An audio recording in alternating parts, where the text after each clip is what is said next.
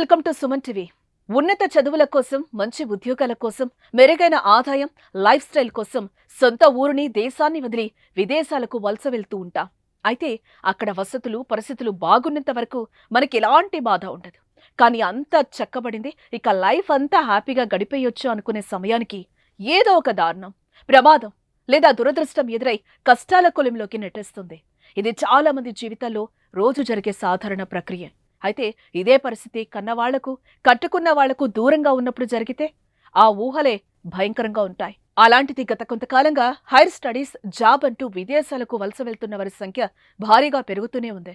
ఈ మేరకు ఇందులో భారతీయులే ప్రథమంగా ఉన్నారు.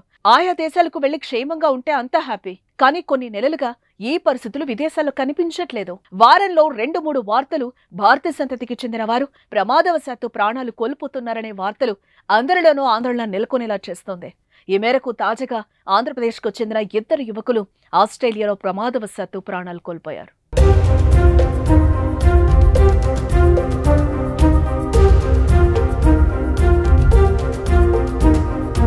ఆస్ట్రేలియాలోని జలపాతంలో కొట్టుకుపోయి 2 ఆంధ్ర యువకులు మృతి చెందారు. జలపాతంలోకి జారిపడిన తోటి స్నేహితుడిని కాపాడేందుకు ప్రయత్నించే క్రమంలో 2 జలపాతంలో పడి ప్రమాదవశాత్తు ప్రాణాలు కోల్పోయారు. 2లో ఒకరు బాపట్ల జిల్లాకు చెందినవారు కాగా మరొకరు నెల్లూరు జిల్లాకు చెందిన యువకుడు. ఈ వార్త తెలిసి కుటుంబ సభ్యులు కన్నీరు మున్నీరుగా విలపిస్తున్నారు. ఆ యువకుల స్వగ్రామంలో విషాద ఛాయలు అలుముకున్నాయి. ఈ ఘటన జూలై 16 మంగళవారం ఆస్ట్రేలియాలోని నార్త్ క్వీన్స్లాండ్లోని మిల్లామిల్లా వాటర్ ఫాల్స్ వద్ద చోటు చేసుకుంది. నెల్లూరు జిల్లా కందుకూరి మండలం వరపర్లవారిపాలెం గ్రామానికి చెందిన 29 ఏళ్ల ముప్పరాజు చైతన్య ఎంఎస్ కోసం ఆస్ట్రేలియా వెళ్లాడు. చదువు పూర్తయిన తర్వాత అక్కడే ఉండి ఉద్యోగం చేస్తున్నారు. బాపట్లకు చెందిన బొప్ప సూర్యతేజ కూడా ఆస్ట్రేలియాలో ఎంఎస్ చేశాడు. 2 తెలుగువారు, అందులోనూ ఆంధ్రాకు చెందిన వారు కావడంతో ఆస్ట్రేలియాలో వారిద్దరు స్నేహితులుగా తరచూ కలుస్తూ ఉండేవారు.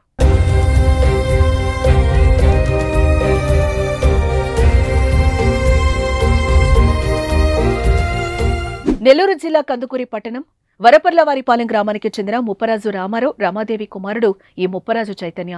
రామారావు కుమారుడు చైతన్య ఆస్ట్రేలియాలో ఉండగా కుమార్తె అమెరికాలో ఉంటుంది.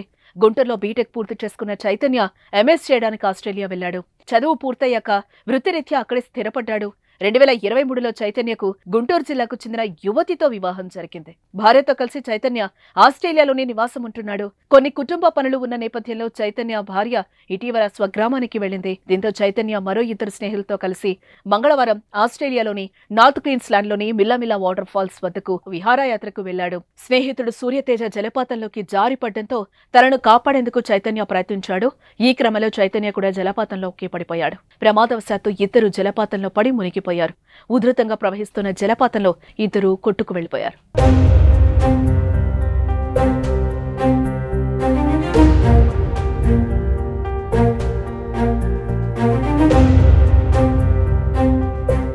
దీంతో ఓపిరాడక చైతన్య, సూర్యతేజ మరణించారు. స్థానిక పోలీసులకు సమాచారం ఇవ్వడంతో పోలీసులు ఘటనా స్థలానికి చేరుకుని గాలింపు చర్యలు చేపట్టారు.